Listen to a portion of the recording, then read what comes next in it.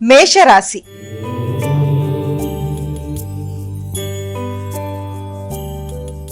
అమ్మ, మేషరాశి వారికి ఈ రోజు ఏ విధంగా ఉండబోతోంది? మేషరాశి వారి వివరాల్లోకి వెళ్ళినట్లయితే మేషరాశి వారు మానసిక ప్రశాంతత విషయంలో ఎక్కువ శాతం దృష్టి కేటాయిస్తారు. విద్యార్థులు విద్యా సంబంధమైన విషయాల్లో తగిన ఏకాగ్రత అవసరం. ముఖ్యంగా ఉపాసనకి సంబంధించిన విషయాల్లో కావచ్చు, ఆధ్యాత్మిక ఆలోచనలకు తీసుకునే నిర్ణయాల్లో కావచ్చు, అనవసరమైన కన్ఫ్యూజన్ లేకుండా ఘర్షణలు అధిగమిస్తూ వీలైనంత వరకు ముందుకు వెళ్ళినట్లయితే మంచి ఫలితాలు అనేవి ఏర్పడతాయి. ఏకాగ్రత పెంపొందించుకోవాలి. అదేవిధంగా మానసిక చికాకుల్ని అధిగమించడానికి ముఖ్యంగా ప్రయత్నం చేయాలి.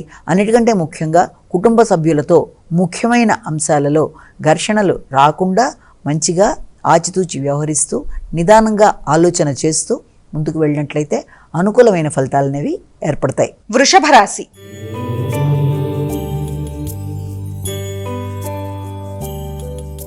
అమ్మ, వృషభ రాశి వారికి ఈ రోజు ఎటువంటి శుభ ఫలితాలు ఉండబోతున్నాయి? గృహ సంబంధమైన విషయాలలో ఎక్కువ శాతం దృష్టి కేటాయిస్తారు.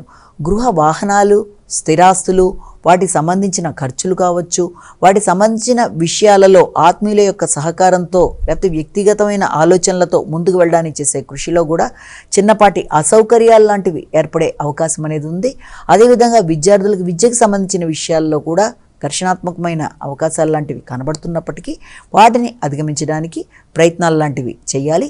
ముఖ్యంగా వాహనాలకు సంబంధించిన విషయాల్లో కావచ్చు, గృహానికి సంబంధించిన విషయాల్లో కావచ్చు చిన్నపాటి రిపేర్లకి అవకాశం.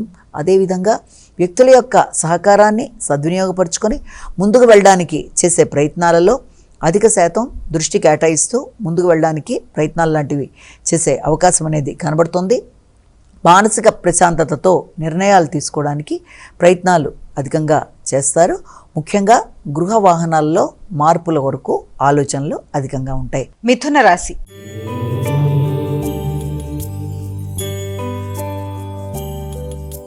అమ్మ, మిథున రాశి వారికి ఈ రోజు ఏ విధంగా ఉండబోతోంది? ఆర్థిక సంబంధమైన విషయాల మీద ఎక్కువ శాతం దృష్టి కేటాయించడానికి అవకాశం అనేది ఉంది. ఆర్థిక విషయాలు, వ్యక్తుల సహకారం, సామర్థ్యంతో పనులు నిర్వర్తించుకోవడం, ఇతరుల సహకారాన్ని ఆశించకుండానే పనిని పూర్తి చేయడానికి చేసే ప్రయత్నాలు మొదలైన వాటికి అవకాశం ఉన్నప్పటికీ కూడా సృజనాత్మక నిర్ణయాలతో పనులు సాధించే ప్రయత్నాలలో కొంత చికాకులు ఎదురైనప్పటికీ కూడా తగిన విధంగా స్పందిస్తూ ముందుకు వెళ్ళడానికి ప్రయత్నం చేస్తారు. సంతాన వర్గం, అదేవిధంగా మీ క్రియేటివిటీ, అంతేకాకుండా మీ యొక్క ఖర్చులు మొదలైనవన్నీ కూడా వీలైనంత వరకు వాటిని మీరు శ్రద్ధ చూపుతూ ముందుకు వెడతారు.